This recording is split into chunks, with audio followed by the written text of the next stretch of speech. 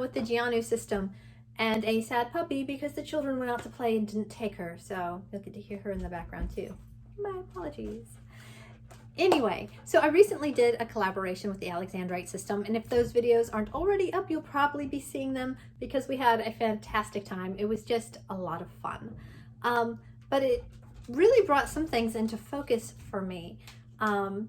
So anyone who is a part of a group that receives stigma knows that when you are interacting with people outside of that group, there are certain things that you don't say or you don't do because the people outside of the group will not understand, misunderstand, or judge.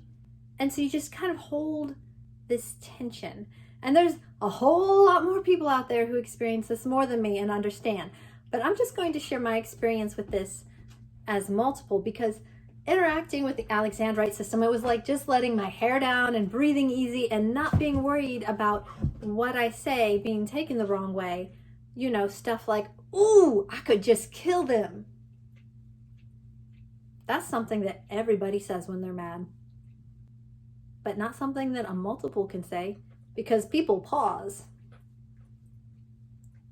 Could they just kill them? No, bitch, we can't kill a spider. We're not gonna kill a person.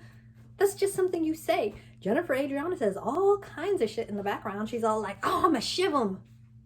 She's not gonna shiv nobody. She doesn't squish gnats. And it's not because, like, she cares, like, about dirt on her hands. Like, now, she might pull, okay, if you play Exploding Kittens, there's a card that says, it's an attack card, and it's a shark that hurts with words instead of teeth. She can hurt with her words, but she's not going to shiv anybody. But that's just stuff that we can't say. Another thing that I don't show are some of the things that I enjoy on the side because same thing with people going, oh, was she going to actually kill, hurt, maim? No. Since my boys were little, they would bring little things that they found dead already into the house. But as a multiple, having like dead stuff hanging in a box on my wall, people take stuff like that the wrong way. Even though like most of those, other people find them. They're already dead. I don't kill nothing. I just talked about them gnats, how I don't kill gnats. So you better believe I didn't kill a hummingbird. We found it in the loft, perfectly preserved. And I'm not going to let that kind of beauty just like... Anyway, our friend Faison found that awesome skull. We think it's a raccoon skull. Check out the lizard. My mom found that one. Like, I could list who found... Anyway, that's just stuff that people misunderstand. Another thing that people misunderstand are talking about the benefits or the downsides. I mean, I feel so like... I don't want to glamorize this. It's very difficult. So I don't say things that are kind of like a fringe benefit. Because yes, there are some things about D.I.D that, hey, that's kind of nice. Like it's kind of nice that Jen's got a higher pain tolerance and she's been able to switch in when we were in a lot of pain and we felt our pain experience drop. It's kind of nice that someone in the back has that little Men in Black blinky pin that erases memory. And I have seen Christmas presents. I love a surprise. I love a surprise. I've seen Christmas presents like months before Christmas. This is my worst nightmare. And I was like, hey, who's got the blinky pin? Blinky pin me. I don't want to remember this. And then come Christmas, I open it. I'm like, oh, it's like I totally had even forgotten that I did that. So yeah, there's some fringe benefits. But another thing that sometimes we downplay are the downsides because we want to be like, hey, look, we can have a life. We can be functional because we can.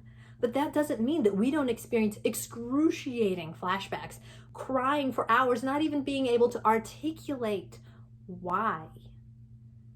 It doesn't mean that it's not difficult for us to form relationships, that we're not constantly haunted by the things that broke us.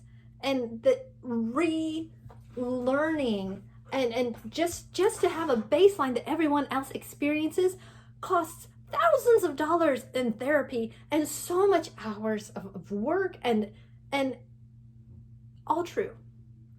And that a lot of us have chronic conditions because of it, that we can't hold jobs or do things that we would like to do. We all downplay that.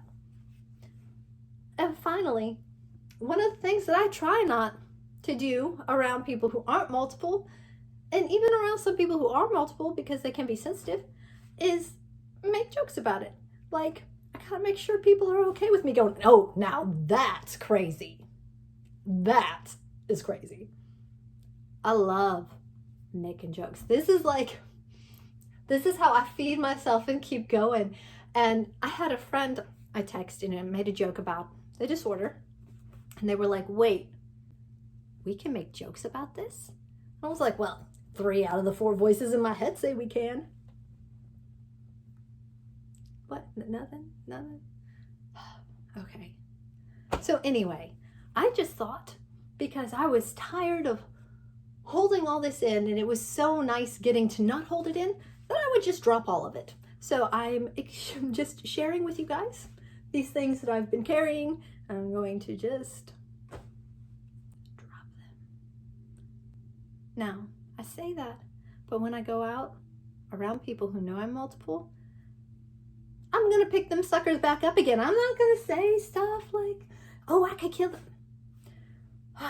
All right. It's nice to breathe easy with you guys. So that is some of just the behavior modification that I have to do as a multiple to not seem threatening to people who just don't understand. And like I said earlier, I know there are a lot of people who understand and experience this on a higher level than I will ever imagine. I just wanted to share with you guys my experience with it.